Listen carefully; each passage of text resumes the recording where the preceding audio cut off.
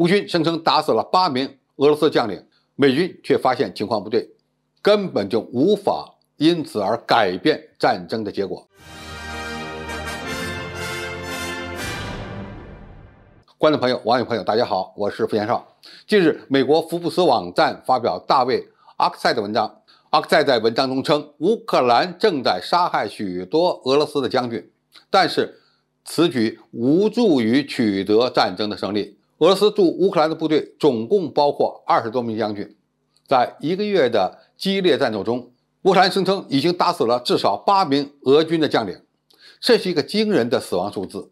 将军的死亡可能导致前线部队的行动中断长达数天，但是仅用狙击手、大炮和无人机杀死俄罗斯将军，并不能赢得胜利，也不会结束战争。这是因为消灭高级领导人从来不会让军队失去战斗力、叛乱或撤退。总有一些忠诚军人希望取代已经阵亡的将军，而接任的将领将会变得更为大胆，将会使乌克兰军队在未来的作战行动中遭受更大的损失。为什么这么多的俄罗斯将领把自己暴露在敌人的火力之下？可能有美国和北约帮助定位的原因，也可能与俄罗斯军队的指挥体系有关。俄军的士气低落也可能是另外一个原因。有些将军只能亲自到前线来提振士气。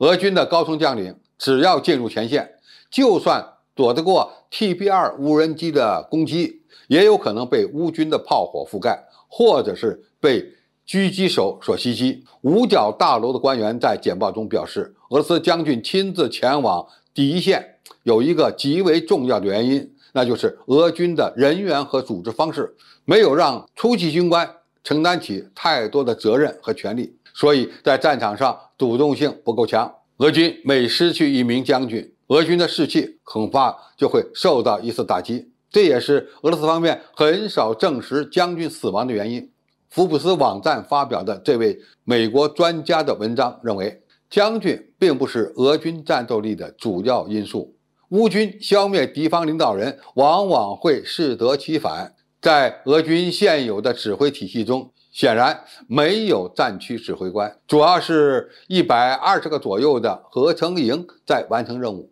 每一支俄军的联合武装和坦克部队都有自己的指挥官和副指挥官，但似乎没有人监督这些指挥官。没有战区负责制，可能是俄军在1个月的决战中未能占领任何乌克兰主要城市的原因之一。这本身呢，也是俄军指挥系统的一个短板。因此，一名将军死亡只会让俄军更加愤怒，更加放开手脚对乌军发动猛烈进攻。俄军在进入乌克兰的初期实际上是非常克制的，现在呢，已经在一些区域使用了远程精确制导的火箭炮、温压弹等毁灭性的武器，这在一定程度上与调整作战限制有关。从乌克兰方面的角度看，未来他们还会继续宣传打死俄军将军的消息，这本身就是一种心理战，甚至呢是提振士气的手段。所以我们不能因为俄军将领不断阵亡的消息传来，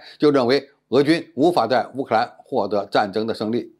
从实力的角度看，俄军围困乌东地区乌克兰军队精锐部队的行动已经完成，歼灭顿巴斯地区的乌军的行动呢也会完成，只不过要付出的代价会更大一些。好，今天的评述就到这里，谢谢大家收看，我们下期再见。